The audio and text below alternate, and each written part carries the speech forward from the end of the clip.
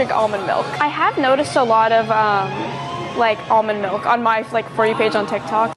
It's a dairy dilemma that you can get caught up in every trip to the grocery store. From regular to almond to soy, whichever you choose, there are a lot of options and opinions on which type of milk is best for you. But we wanted to get to the bottom of the jug. In tonight's cover story, only Gulf Coast News' Sarah Mankiewicz is solving the great milk debate.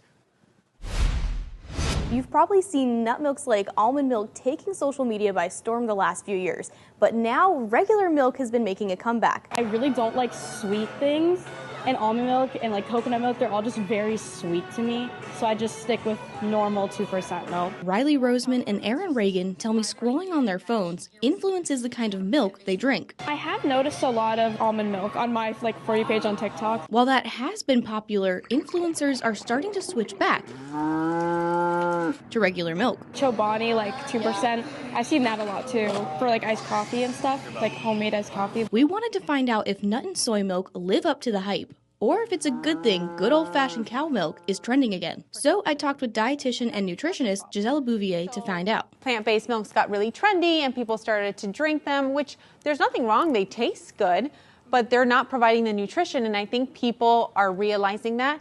And also, there's a lot of trend on social media, people being concerned about additives and ingredients. Bouvier tells me nut and soy milk grew in popularity because people thought they were healthier. There was a lot of misconceptions that dairy was pro-inflammatory and it wasn't good for our guts and that it was making people not feel great, but that's not true. Bouvier says cow milk has a lot of nutrients we need. Dairy milk is rich in iodine, and that's really hard to combine with plant-based milks, and iodine is fundamental for brain growth and development and like IQ. Those beneficial ingredients are missing from other plant-based milk. In an 8-ounce glass of real dairy milk, not only are you getting 8 grams of protein, but you're getting 12 essential nutrients, including vitamin A, vitamin D, calcium, phosphorus, B vitamins, selenium, zinc, iodine. I mean, there's just so much, and you're not getting that with plant-based milk.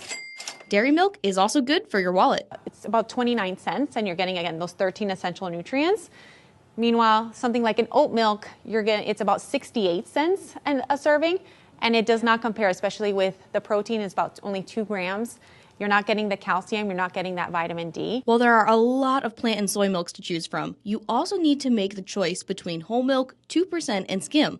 So which one is for you? So it just depends on your age. For example, children that are 1 year old, that we recommend dairy milk, full fat milk, because that whole fat is really going to support their growth and development.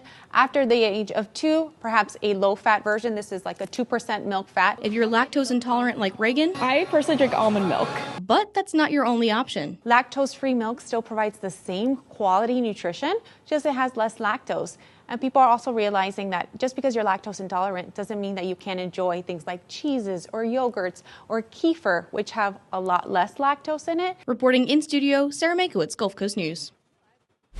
There's another option we want to mention that's caught up in a pretty big debate right now, raw milk. We found the USDA is expanding nationwide testing of the option as we see more states moving to legalize the sale of raw milk.